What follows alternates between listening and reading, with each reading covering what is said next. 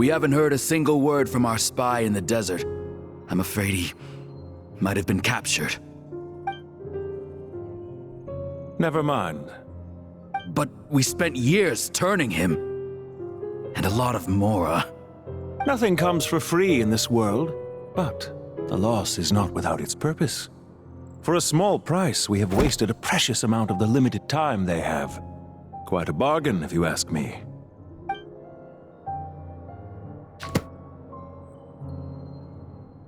Understood. Weighing profit against loss is a necessary part of life. But to tell the truth, I have been operating at a loss since this all began. Since many centuries ago, in fact. For instance, why would a banker act as the executor of a will? If you hadn't deposited your personal belongings at Northland Bank, I would have no reason to be here right now.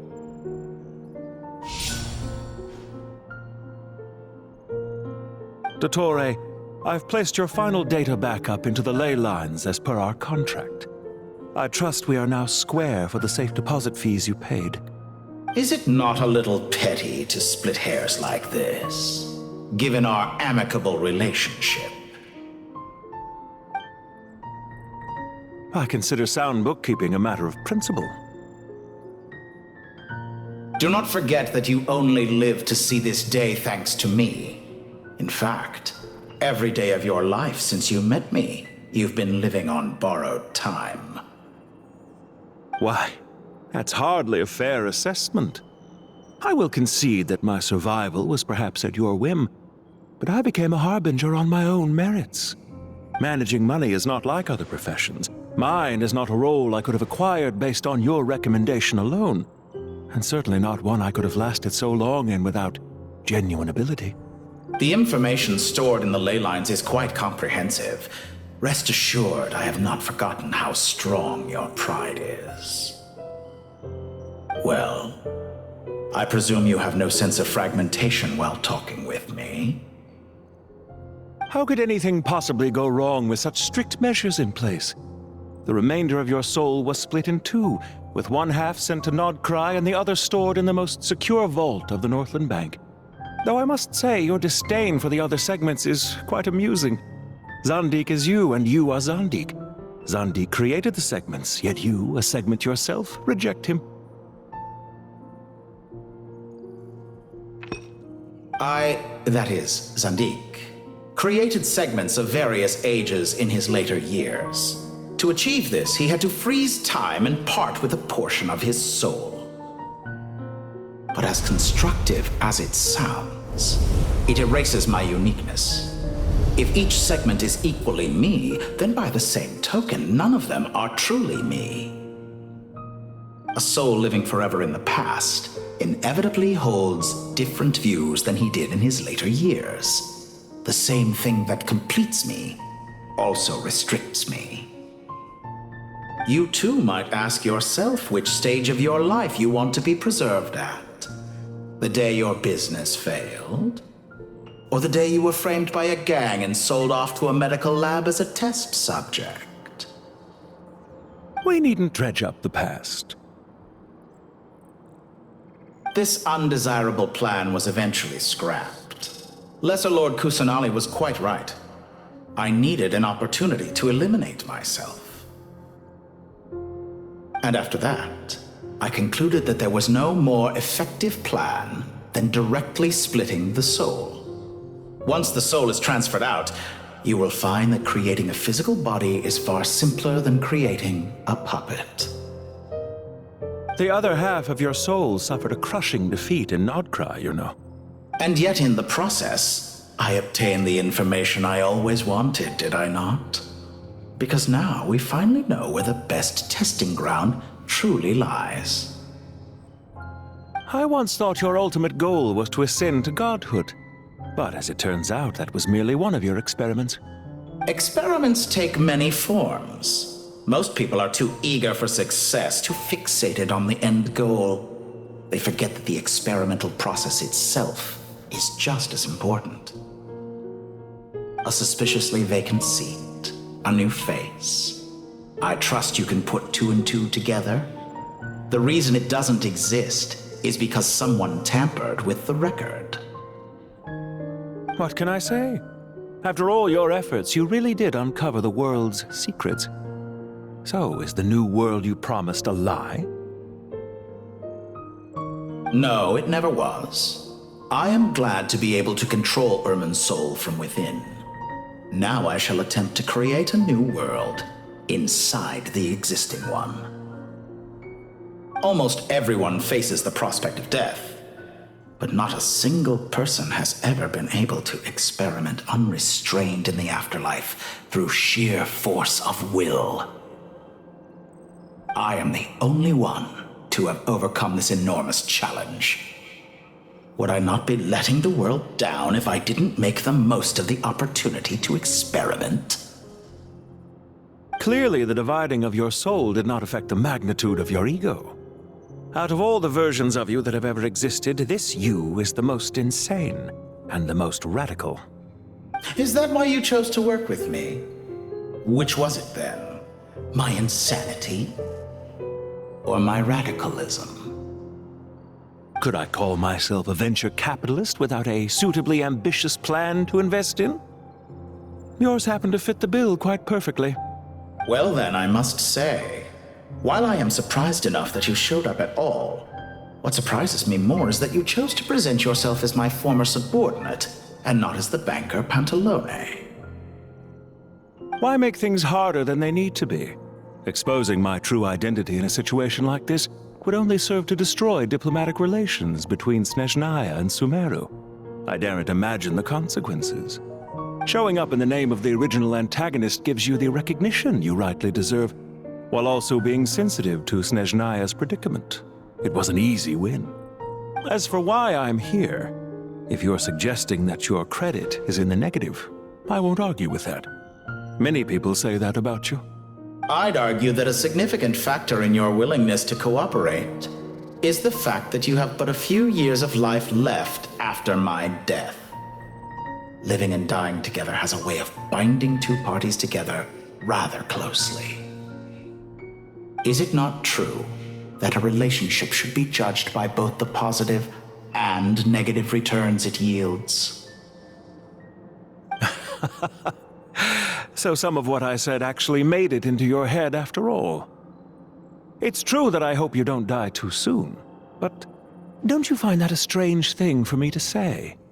After all, you've already had quite a long life, especially for a human being. Let's not pretend that you're any more innocent than I am. Are we not the same in this regard? We both despise the existing laws of this world, and neither of us enjoy being under anyone else's control. Is it really so greedy to want the world to operate by a new set of rules? Of course not, my dear friend. And as I've said before, mutual interest is the foundation for the most reliable of relationships. You can attest to that. I just hope there never comes a day when I have to work too hard to prove that. Regrader, sir. People have been spotted approaching Sumeru City. How strange. Despite your access to Irminsol's data, it appears the soldiers noticed before you did. They must have found a workaround. Well, Dottore, I trust you know what this means. The fact is... They're coming. They'll breach the city gates any moment now. But even so, I would say Irminsol is a wonderfully convenient thing on the whole. If you do manage to create a new world, perhaps you could plant one outside my office, too. I'll consider it. What do you need me to do? Stall them? The experiment will take time. Stall them for as long as possible. Very well. But you're really asking for the moon here. Have you heard this story? There was once a guilty man, kneeling in the center of a church while an angry mob outside waited to bring him to justice. He pleaded with the gods, begging them to grant him one final request, the chance to finish confessing his sins before he was sentenced. Many suns and moons passed, seasons changed, and still his confession continued, as if he intended to speak until the end of time. Are you suggesting I worship you as a god? Or were you hoping that I might confess my sins to you? Certainly not the latter. That would make my life miserable indeed. For someone who despises them so, you never seem to have any objections to me creating or becoming one. At first, I thought you'd be furious. Concerned I would terminate our partnership, were you? Not at all. You had reasons why our partnership must continue. Don't you find people's attitudes toward gods amusing? A god descends from the heavens and people worship it unreservedly, blindly following whatever rules are given to them. And yet, when they see an ordinary person gain godlike levels of power by virtue of their own hard work, they treat him with nothing but suspicion, even if he is a compatriot. Is that supposed to be a compliment? No, I was just thinking. I pity the man who would call you a compatriot. There's no need to be so self-critical.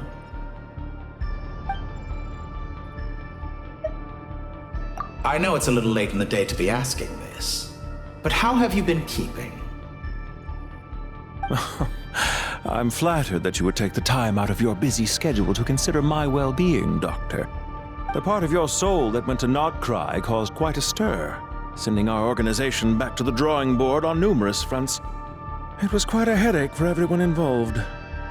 Dear me, I must have caused you no end of trouble. You certainly did. I had the rare honor of being summoned before the Tsaritsa with Pulcinella to answer for myself. A terrifying ordeal. Don't worry, I pulled through. At most, it's a public relations nightmare. I made sure of that.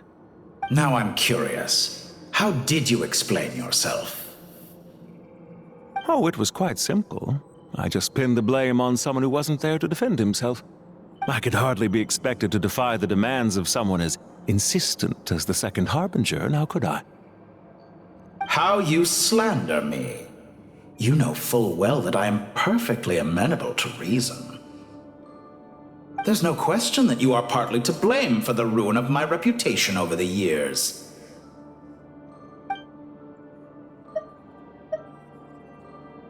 Do you have anything lined up for when this is all over? Hard to say. Field work always takes quite a toll on me, as you know. Once I'm back at Snezhnaya, I'll start with a well-earned cigarette.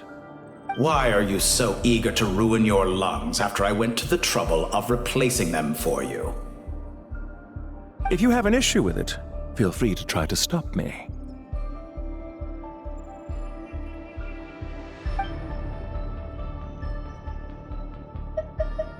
What's on your mind?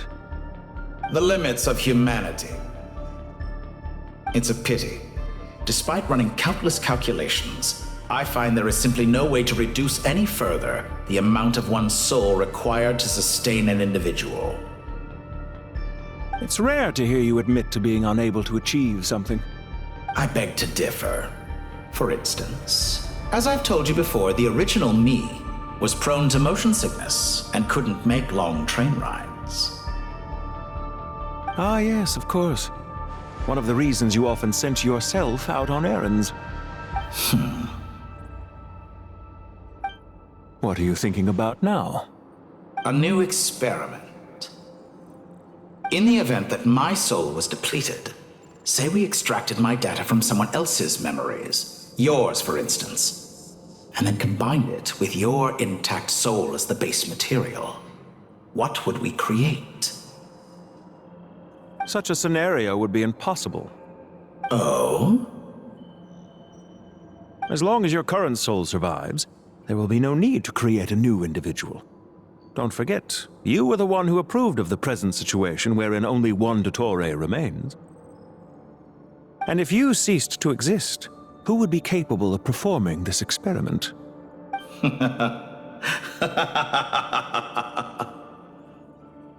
Since the day I met you, you've always excelled at talking your way out of a quandary.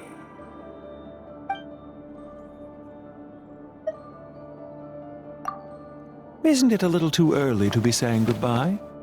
Not that I wish to keep you from your business, of course. Very well. Let's leave the conversation there for now.